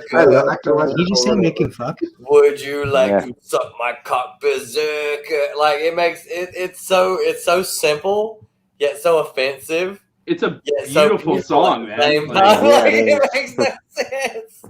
So it Tyler, does, man. who's It's like your a favorite ticking clock. Like he's waiting. Oh like, my god, you know, it's so like good. are we gonna do this? You know, that's what Yeah. he's just saying it in a, you know, a little bit more forward fashion. Oh It's my pretty, god. the lyrics are deep, man. The lyrics are deep. Like it. And Olaf's only in that one scene, right? The Berserker scene. That's it. He's That's not. it. That's it. Yeah. And I don't think there's any mention of Olaf Nope. ever since No. any Kevin Smith kind of movie or anything like that.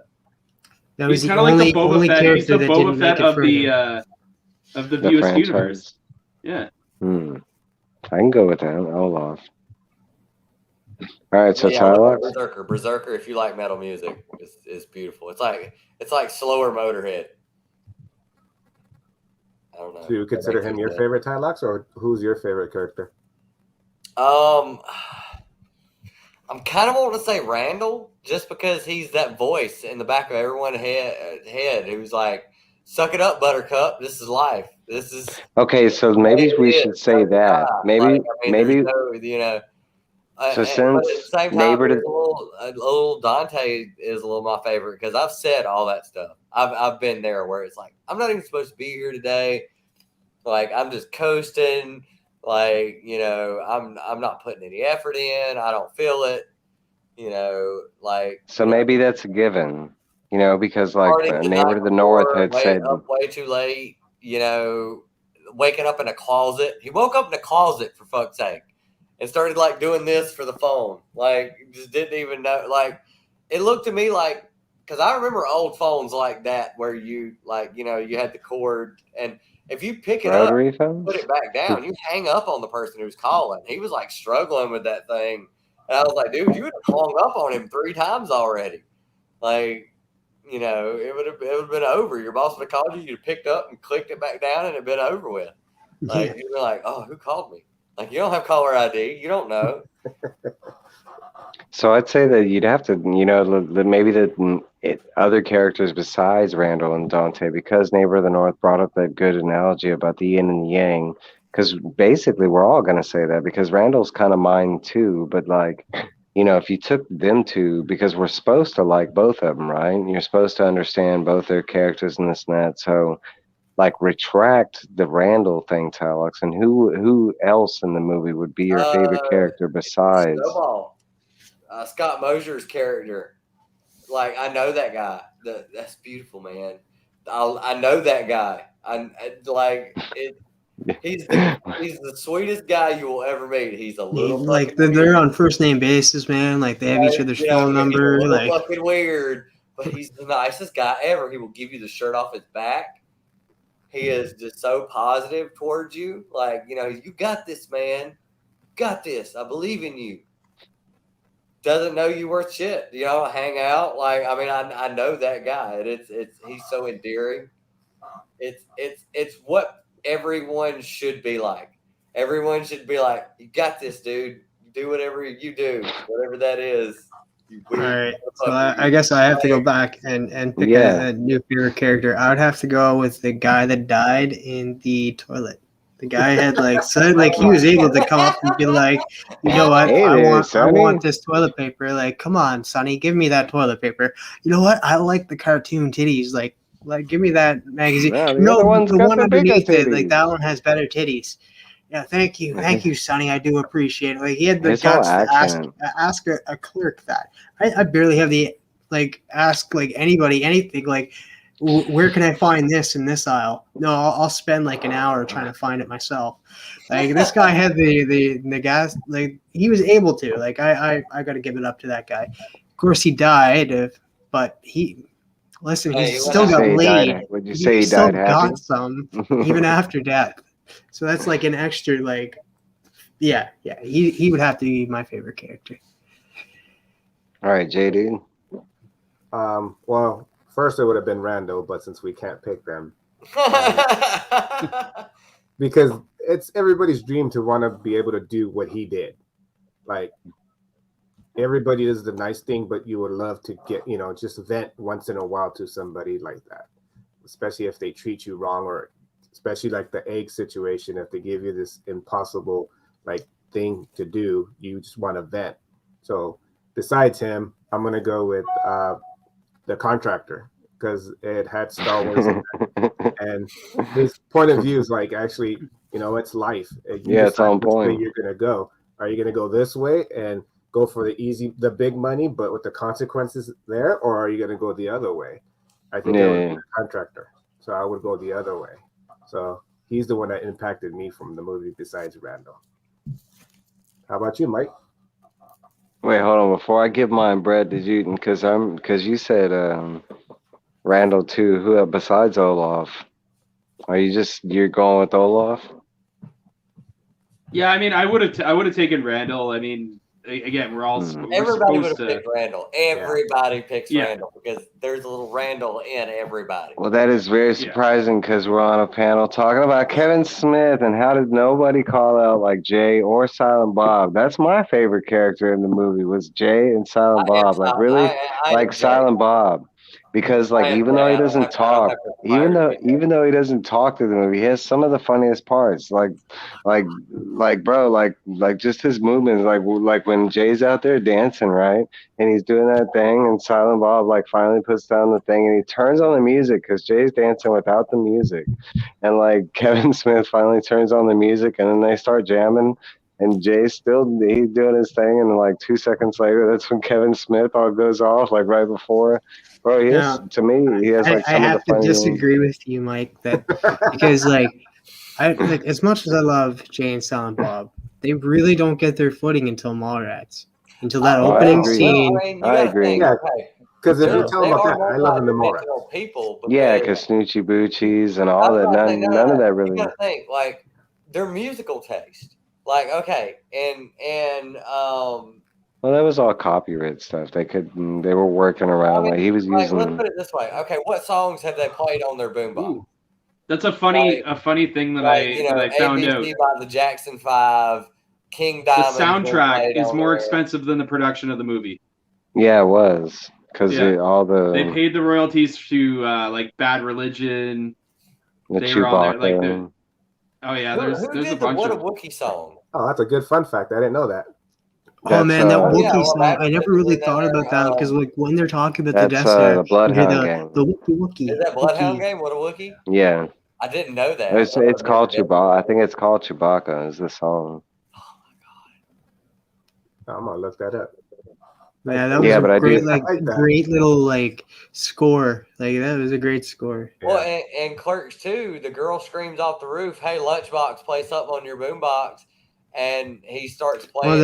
that's Something a Clerks little too, less though. That's Clerks satanic. too. And We'll so get he to starts that. playing Jackson 5, like the most We're opposite talking about thing. Clerks. We're talking about Clerks. We're talking Clerks, about yeah. how Jane, Silent Bob didn't get their footing until Mallrats. And you're Yeah, talking about yeah. 20 years later now. So we got sidetracked again. So Mike, it's Silent Bob is your favorite. Yeah. Okay. All right. I like Snowball too, though. I love like that scene when he walks over to like Jay, and he's trying to get Jay to like deal with him, and Jay walks over to something else, and Silent Bob's there by himself, and he's smoking a cigarette, and that guy's eating a snowball, and he like puts it in front of like, you know, Silent Yeah. Bob's face, and he's trying to get him to eat it, and like he's still like dancing or whatever, smoking a cigarette. He looks away, and the guy hands it back, and he was like, I actually have the like shit. soundtrack. I have the soundtrack up here, and there's some big bands on here. Is a band Yeah. called Mother Love Bone Like- on there? Alice in Chains, they had to pay for rights. Yeah. Bad Religion, Bad Religion. Stabbing Westward. Oh. Actually, Kevin Smith directed the Soul Asylum video, which is at the end. That's it. The Okay, song, that's he it. It wasn't Mother directed Love that. Bone. It was in, Um, I didn't know that. Yeah, and yeah, there's a bunch of really good bands on here. The Jesus Lizard, lots of There you like go. grunge. Jesus Lizard, I remember them. So I mean, you can see how the soundtrack definitely eclipsed the overall production cost, right? So It's a very indie, good driven sound. I love the soundtrack for that movie. I really do. It's stuff that I listened to when I was younger. I didn't know what the names of the bands were, and I didn't know, but I heard those songs, and I was like, oh my god, where have I heard this before? Like it's like all these like bands that I found later in high school that were really good. Nice. I think that was my on my fun facts. I think we covered all of my fun little facts that I wrote down. But can anybody guess how many times "fuck" is said in the entire movie? 57. 120. Lower. I'm gonna say about 90. Oh, if we were playing Price is Right, you would win. 91. Man, go JD. Nice. 89. 91. Wow. 89, the best year ever. 1989. We'll just add 1989. The 19 to 85 it. is the best year. This is great, guys. Yeah. I love talking about Clerks. Yeah, it was fun. The fact that we Well, kept Travis- 6 people when there's like actual comic book content going on Friday night. Like, I know. I seen Q go 6 up. people I are was just watching like, right now. shit. It's I amazing. forgot they moved to Fridays because they were doing their stuff on Tuesdays, and I was like, "Well, I guess I'm missing this." Yeah. But Well, it good. was still a lot of fun in that. Thank you to the 6 who are in here watching this on the live, guys. You guys are all worth it. Anybody who's watching this on the rewind, hit that thumbs up. Subscribe if you're new to Evil Mike's channel, because he does come out with amazing reviews, and then just random streams sometimes, maybe game shows. You never know. And then also follow Neighbor to the North, Tylox, and Ragin Cajun. Also, subscribe to Tylox the Mighty and Ragin Cajun, who is also doing great content as well. Maybe not so much Tylox, but Ragin Cajun's putting on a great show. All their descriptions are down below, you know. Can I plug tomorrow? I'm Yeah, actually of course. on. I'm actually going to be on Chillmonger's 33 burning Okay. questions. Dude, nice. so am I. again. Oh, you are too? Yeah, I'm going to be on there tomorrow as well. Wait, what time is that? Fantastic. Well, I'll see you then. Tomorrow? Surprise. What time is that tomorrow? Oh man. It's 2 o'clock our time, so 1. Yeah, I think. Okay, good, because at 2 o'clock my time, I'm on Cover Slingers with Gray Man and Roscoe and Matilda and Comic Mad Musings. And so we're doing Nice. Planes, Trains, and Automobiles. Which I need to And then finish. Saturday night, watch out for Spine Ticks. And Oh, Sunday, yeah. JD, you got a show going on? No, this week I'm gonna actually do some comic hunting. But next week, the week after, I have John Comics with Kids. on the Hey, show. So that's gonna be hit me fun. up. I'll do it. Your show's great. Yeah, you're next in line, Dude, buddy, I'll- because I have to fit. I need people for the couple of weeks, and you're Oh my brother, yeah, dude. just hit me up and let me know a day when you want to do it because I'm Yeah, for I'm sure. down. I got neighbor to the north I want to ask too. So, and There you go. of course I'm never good with this. You too, brother. So definitely want you guys Yeah, on there. I want to see you too. Yeah, There's nobody over here, but Yeah, over there. Just I need point these this guys. way and- I need these guys right here. it will But be no, done. Look out for that, and don't forget Travis, man. He's throwing some great content too. Heck always check yeah. him out. Yeah, and I love his, Actually, me and community with TM are doing some stuff tomorrow, aren't we? yeah, we'll be recording for chatting with the comic community Oh, tomorrow. And wow. I have Neighbor to the North written down. And I've already had Mike and Ragin Cajun on my channel. Hmm. Had And a blast, bunch dude. of You got other great everybody people in the already on your community. channel. Are you Yeah. kidding me? Your channel's great. Your channel's like my favorite comic book podcast. It is. It's really good, man. That's Thank how you. this got all started when you got on my show. Then we started talking about this. So That's thank you what I all for love staying and about. doing this, man. I Yeah, love. dude. That's why I love my chatting with the comic community or your show, and that like the whole interviewing type aspects of it, like because everybody asks something different. Somebody gets into something different, and like this show was like built over on your channel, Raging. It wasn't even on my channel; it was on your channel. So you got to take the credit for that. We both did it. How about that? It was both of us. And then we had Mike on the chat, and that's how we got Mike in. So that was, and Tylox was there, and we were chatting it. So that's what started it. So I'm happy we're here together. So next week is what? Mallrats? Yeah. Oh yeah. So I can't wait for that one. But wanted to show you this one thing. So for the chat, if you guys are still here, little Clerks figure that I had. Man. That Silent Bob action figure. I got to get my hands on some of those. Like, where exactly did you get them? Because like I want to like see if I can get on the Clerks store, find them on Amazon like or something, GameStop. maybe. Yeah, you can go to the store and they might have this, but this one I picked up at the con back in the day when I met him. And then not this one, but I have another one that I got, but this one I got at the store, the LA store before it closed. So, Oh, okay. So I got this there. So this is my little Clerks figure that I still have. That's dope. And it's got the original tag from his first store. What was it? Wasn't it called like something Apple or what was his No, that first one was store called Secret Stash West Side, I think. Oh, It okay, didn't okay. last long. They only made it a year and it closed down because it wasn't making business, unfortunately. Oh, okay. But can't wait. I mean, the best part about watching comic book man is seeing all these prices that people are buying books for, and you're just like, now it's like, oh my god, I wish I could get that for that price. Right. The past. Oh, the past. X-Men '94 was $50. Right. Wolverine number 1 was like 10. Yeah, don't read the back of those Marvel cards, man. Like, I remember seeing like an AF-15 was like $7,000 in like '91. I was like, Right. Yeah, Hulk 181 was like $200. Right. Imagine if I don't know why I didn't pick them up, but hey, could have, should have, did it. I remember somebody said in the '90s, Marvel comic number 1, you could buy those for like $500 all day long. Mm-hmm. So on I that don't case, know. should we roll out for next week, guys? Yeah. It's been a real good, fun show, man. Next week I work, so it had to be 2 weeks. Next 2 weeks, so 2 Fridays from now I'll be off. All right, well, we might do it bi-weekly then. That We works. could always plan Like something out. plan. Gives us time to watch the movies and that. Because Yeah, because for this one, we'll do the clip. No, we'll do it in order, like Travis said. You're right. So we'll do Mallrats on the next show. All right, that works for me. Sweet.